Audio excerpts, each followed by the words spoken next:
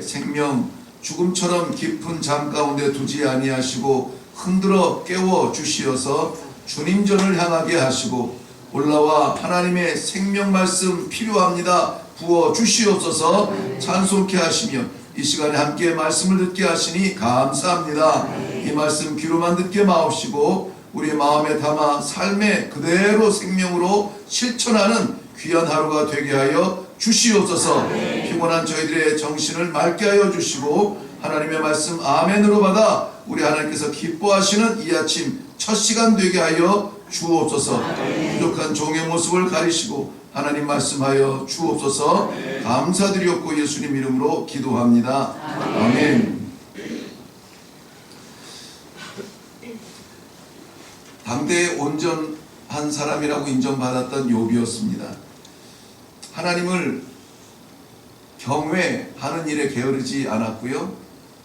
또 하나님의 자녀로서 부끄럽지 아니하도록 그의 자녀들의 삶까지 늘 마음을 쓰고 제사를 드리며 하나님 앞에 살아가던 그야말로 악에서 떠나려고 몸부림치는 그러한 욥의 삶이었습니다. 그런데 그 욥이 고난을 당합니다.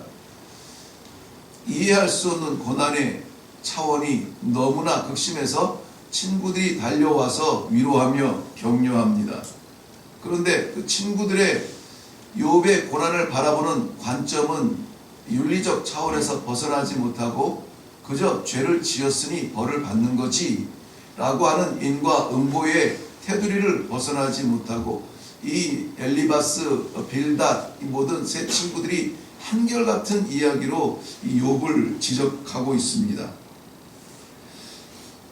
곁에서 듣고 있던 그들보다는 젊은 엘리후라고 하는 사람이 듣다가 일어나서 욥에게 이렇게 이야기하죠. 죄를 뉘우치지 못하고 깨닫지 못하는 것, 하나님의 침묵이 아니라 지금도 하나님께서는 여전히 말씀하시는데 당신의 귀를 닫고 있습니다. 하나님의 말씀을 들으세요. 하나님의 말씀을 들으세요. 오늘도 엘리후가 욥에게 하는 말 가운데 저는 한 토막을 나누어서 성도님들과 함께 이야기를 살펴보려고 합니다. 하나님의 말씀을 들으세요. 왜냐하면 하나님께서는 말씀하시기 때문에 그렇습니다. 오늘 저는 이 말씀을 묵상을 하면서 제목을 말씀하시는 하나님이라는 이러한 기준 상식 같은 제목을 정해 보았습니다. 말씀하시는 하나님. 이것이 상식이라면은 그 말씀을 듣는 자녀들 이것도 상식이어야 돼요. 그런데 하나님은 끊임없이 말씀하시는데 우리는 변화되지 아니하는 삶으로 버티고 있다는 것은 균형이 맞지 않다는 것이죠. 하나님이 말씀을 정하시고 말씀하신다면 우리는 말씀을 듣고 말씀을 받고 말씀대로 살아가려고 일어나는 결단이 있을 때에 하나님의 뜻과 우리의 순종이 하나가 되어서 귀한 열매를 맺게 될 줄로 믿습니다. 하루를 살아도 그런 삶을 살아야죠. 하루를 살아도 세상을 채우는 삶이 아니라 하나님의 마음을 채우는 그런 성도의 삶을 해야 되지 않겠습니까? 오늘 14절 말씀에 보면은 하나님은 한 번 말씀하시고 다시 말씀하신다라고 말하고 있습니다. 이것은 계속적인 말씀이에요. 반복적으로 말씀하고 있는 것입니다. 한 번 말씀하시고 다시 말씀하신다. 이 말씀은 또 이런 이야기도 됩니다. 계속해서 이렇게도 말씀하시고 저렇게도 말씀하신다. 횟수를 끊임없이 이야기하는 말씀도 되지만은 방편의 말씀도 그렇게 설명하는 거예요. 이렇게도 말씀하시고 저렇게도 말씀하신다는 거예요. 이 방법 저 방법으로 계속 우리가 듣지 않으려고 우리가 계속 깨닫지 못하니까 이렇게도 말씀하시고 저렇게도 말씀하시고 그런데 사람은 관심이 어떠다 그랬습니다. 관심이 어떠다. 여기 관심이라는 말 에슈렌나라는 말인데요. 관심이라는 말을 다른 성경에서는 보다라는 말로 해석을 했어요. 보다. 민수기 23장 8절 이후에 보면은 발람이 발악의 청을 받아서 이스라엘을 저주하려고 나아가다가 하나님의 명령을 받죠. 그리고 입술을 열어서 이렇게 이야기합니다. 하나님께서 저주하지 않는 자를 내가 어떻게 저주하겠으며 하나님께서 꾸짖지 않는 자를 내가 어떻게 꾸짖으랴. 그리고 그 단어가 뒤에 나옵니다. 내가 바위에서 그들을 보며 작은 산에서 이들을 바라보니, 여기에서 에슈렌나라고 바라보니 이 사람들이 어떤 사람들이냐? 하나님이 지키시는 자들이라는 거예요. 그러니까 내가 저주할 수 있는 대상이 아니라는 거예요. 내가 바라보니 이들은 하나님의 백성이라는 겁니다. 바라보면 하나님의 말씀이 보이고 바라보면 하나님의 붙드심이 보이는 것이 성경에서 말씀하시는 에슈렌나의 본질의 뜻이에요. 하나님은 말씀하시는데 이 모양 저 모양으로 말씀하시고 어제도 그제도 말씀하시는데 사람들은 바라보지 않는 거예요. 누구를? 아버지를 바라보지 않아요. 누구를 봅니까? 사람을 바라봐요. 세상을 바라봐요. 방법을 바라봐요. 그러니 관심이 없다라고 표현을 하고 있는 거예요. 근데 그것보다 더 본질적인 거예요. 하나님을 바라보지 않아. 하나님을 바라보지 않는다라고 이야기하고 있는 것입니다.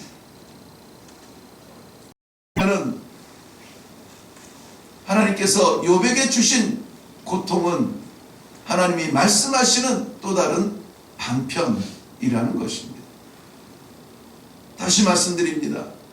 욥의 고난은, 욥의 고통은 하나님의 말씀의 방편이라는 것입니다.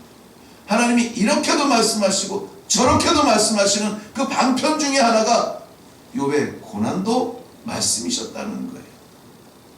그렇다면 멀리 가지 아니하고 우리의 삶에서 하나님의 말씀의 방편을 한번 생각해 보겠습니다. 예배당 안에서 잠잠하게 말씀을 드리고 설교 시간 20분만 하나님이 우리에게 말씀하시는 것이 아니라 이 모양 저 모양으로 하나님은 끊임없이 우리에게 말씀하고 계세요. 하나님의 말씀은 디모데후서 3장 16절 말씀에 뭐라고 했습니까? 모든 성경은 하나님의 감동으로 된 것으로.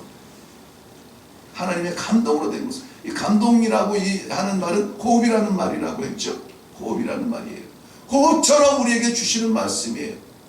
들숨과 날숨이 있듯이 말씀하시고 응답하시고 말씀하시고 응답하시고 하나님이 여전히 우리에게 말씀하여 주시는 방편이 예배당 안에만 있지 아니하고 우리 삶 가운데 때로는 고난 중에서도 이것도 하나님의 말씀이라는 것입니다.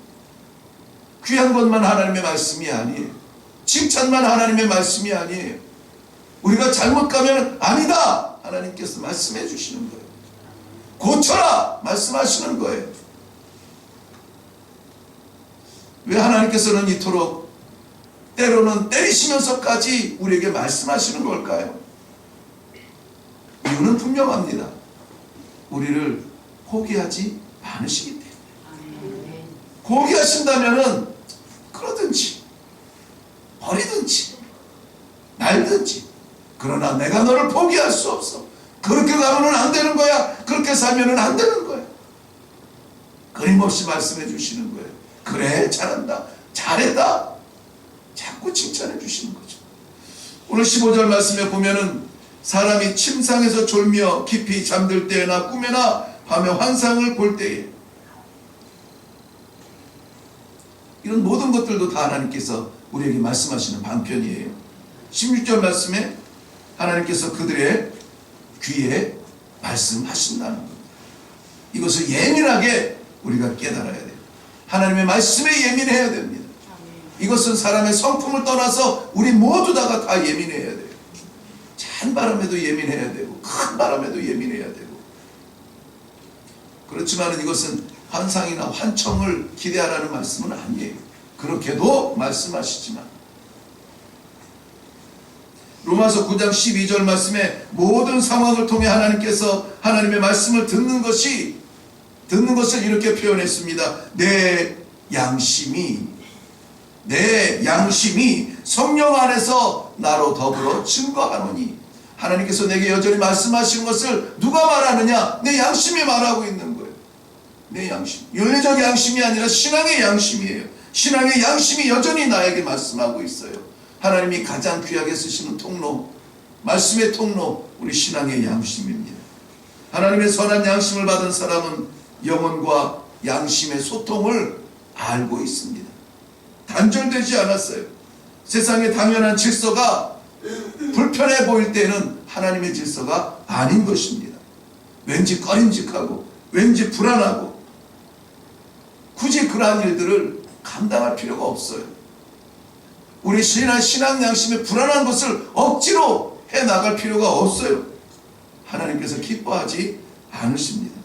말씀이 살아있는 양심은 거짓의 성공을 기뻐하지 않아요. 남을 속여서 얻은 이득을 보면서 뛰지 않아요. 기뻐하지 않습니다. 타인의 불행을 발판으로 딛고 일어선 성공을 자랑스러워하지 않습니다. 신앙의 양심이 살아있는 사람은 그렇습니다. 하나님께서는 아무도 빼앗을 수 없는, 아무도 틈탈 수 없는 고요한 순간에도 우리의 이 신앙 양심을 통하여서 마치 귀에 속삭이듯 이야기한다고 그랬습니다. 우리는 생각하기를 무슨 기적 같은 체험을 해야 하나님의 사랑을 받는 것처럼 여기지만 아니에요. 하나님께서 엘리야에게 말씀하시는 순간에도 불처럼, 폭풍처럼, 돌풍처럼 지나가는 속에서도 말씀하지 않았어요. 그러나 귀 속에 속삭이듯이, 위스퍼, 속삭이듯이, 얘야, 내가 너와 함께 있어. 그 잔잔한 한마디가 세상에 감당할 수 없는 믿음의 영웅을 세우는 것입니다. 오늘도 사랑하는 성도 여러분, 모든 환경을 통하여서 말씀하시는 하나님의 말씀을 들을 수 있는 귀한 신앙의 양심이 열리기를 바랍니다. 모든 환경을 다 통해서 말씀하세요. 나무끼는 바람을 통해서도, 잎사귀를 통해서도 우리는 하나님의 말씀을 들을 수가 있어요. 하나님의 말씀과 명령을 거부하며 도망갔던 다시스를 내려가서 배를 타고 멀리 도망가고 싶었던 요나는 폭풍 속에서도 하나님의 음성을 들었어요. 폭풍 소리를, 이 항해 가운데 불어오는 그 폭풍을, 하필이면 내가 탄 배, 하필이면 이 기간에 이 바람이 불게 뭐람 재수 없어 라고 말하지 아니하고 이 폭풍의 원인이 나에게 있습니다. 말씀을 듣고 깨닫게 되는 거예요. 사랑하는 성도 여러분, 사람마다 듣는 이 말씀의 방법이 다 다를 수 있죠. 어떤 사람은 날마다 하나님의 말씀을 듣는데 어떤 사람은 한 번도 들어본 적이 없대요. 근데 분명한 것은 뭡니까? 하나님은 끊임없이 나에게 말씀하신다. 이 혼란함조차도 하나님께서는 제거해 주시기 위하여서 영원히 변하지 않냐, 아무도 빼앗을 수 없는 하나님의 말씀을 주셨는데 그 말씀이 뭐예요? 성경 말씀이에요. 한 점, 1획도 변하지 아니할 하나님의 말씀을 주셨습니다. 그래서 이 하나님의 말씀을 붙들고 시작하는 이 아침의 기도가 우리들에게는 생명같이 귀한 거예요. 이것은 습관이 아니에요. 하나님의 초청의 귀한 선물이에요. 이 시간은 정말 보석처럼 생각하고 여기고 우리가 소중하게 지킬 수 있기를 바랍니다. 성경은 정확무한 하나님의 말씀이라고 했습니다. 희미하지가 않습니다. 분명합니다. 디모데후서 3장 16절 뭐라고 했다고요? 모든 성경은 하나님의 감동으로 됩니다. 어제 오후 시간에도 저희는 우리 성도님들과 함께 이 말씀을 나누면서 이 감동으로 됐다는 것은 하나님의 호흡을 이야기해요. 이 호흡이라는 것은 성령을 이야기해요. 하나님께서 살아계신 성령이라면 오늘도 우리에게 살아계셔서 말씀하여 주실 것이라고 하는 것이 우리의 믿음인 것입니다. 사도 바울 이후에 우리 기독교의 신앙의 정립을 위하여서 쓰임받았던 분을 어거스틴이라고 하는 분을 우리는 잘 알고 있습니다. 초대교회의 교부로서 지금 우리가 믿고 있는 모든 신앙의 근간을 말씀을 정리해 놓은 그러한 분이에요. 고백록, 참회록, 기독교인의 윤리, 뭐 이 많은 저서를 남겼지만 어거스틴이 그 방탕하게 살았던 젊은 시절과 회심의 순간을 우리는 너무나 잘 알고 있습니다. 여전히 방탕의 길로 나아가기 위해서 비틀거리며 골목길을 가다가 아이들이 뛰놀며 흐물흐물 자기네들끼리 우리처럼 우리 고무줄하면서 노래하는 거 있잖아요. 그런 노래하듯이 집어서 읽어라, 집어서 읽어라, 집어서 읽어라. 떠나지 아니하는 이 말씀을 듣고 들어가서 펼쳐본 곳이 로마서 13장의 말씀이었어요.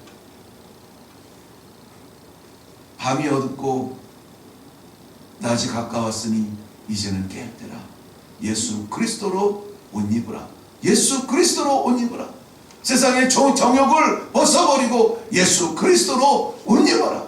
보니까는 자기가 너무나 헐벗어 완전히 벌거벗고 있는 듯한 자기의 부끄러움을 깨닫고 예수로 옷 입고 새로운 삶을 살겠습니다. 돌아서 하나님의 말씀을 묵상하며 주의를 감당했던 사랑하는 성도 여러분, 왜 하나님은 이렇게 말씀해 주신다고요?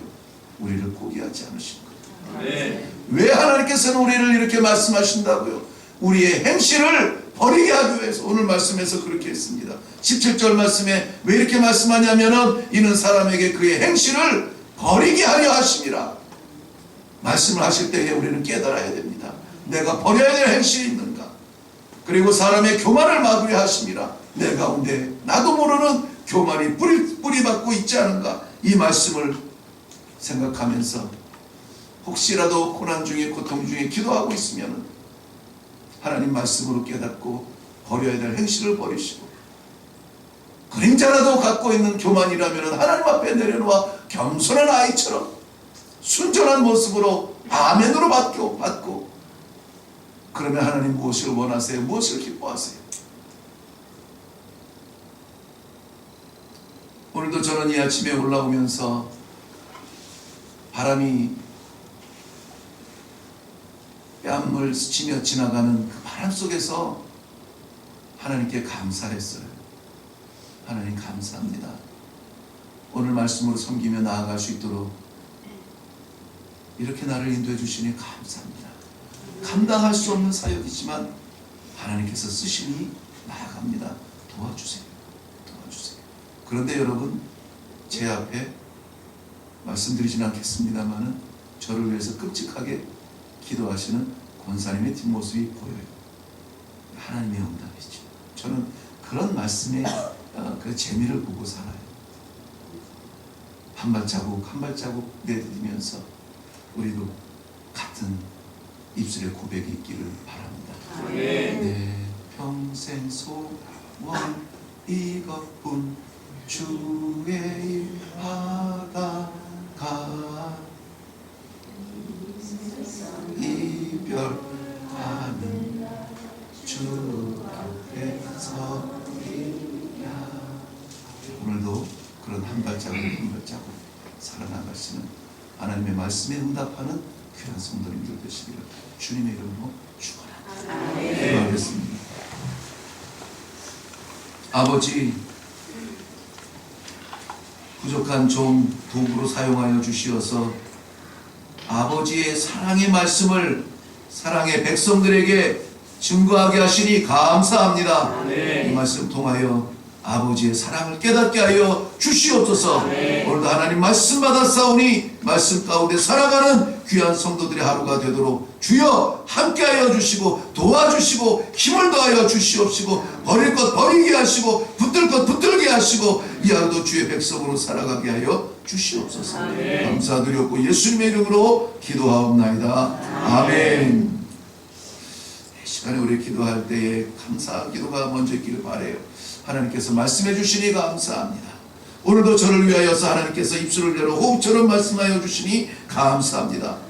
그러다 보면은 우리의 고통도 감사고 우리의 기쁨도 감사고 우리가 당해야 될 모든 어려움들도 이제는 두려움이 아니라 하나님의 말씀으로 여기고 감사함으로 우리가 받을 수 있기를 바랍니다. 하나님 말씀만 받으면 우리는 삽니다. 하나님 말씀만 붙들면 우리는 하나님과 소통할 수가 있어요. 다 갖고도 하나님 말씀 없는 그러한 빈깡통으로 살지 아니하고 빈 마음에도 하나님 아버지 말씀하여 주시옵소서. 말씀하여 주옵소서. 하나님의 말씀이 우리의 삶의 전부가 된다면 우리는 소망이 있습니다. 오늘 하나님께서 우리의 삶 가운데 가득 찬 말씀으로 바람처럼 호흡처럼 속삭이는 태풍처럼 때로는 번개처럼 우리의 마음을 스치는 하나님의 말씀을 사모하는 마음으로 주여 말씀하여 주시옵소서. 말씀 따라 가겠나이다. 이 아침에 우리 다시 한번 주님 외치고 간절하게 기도하며 내려갈 수 있기를 바랍니다. 우리 다시 주님 외치고 기도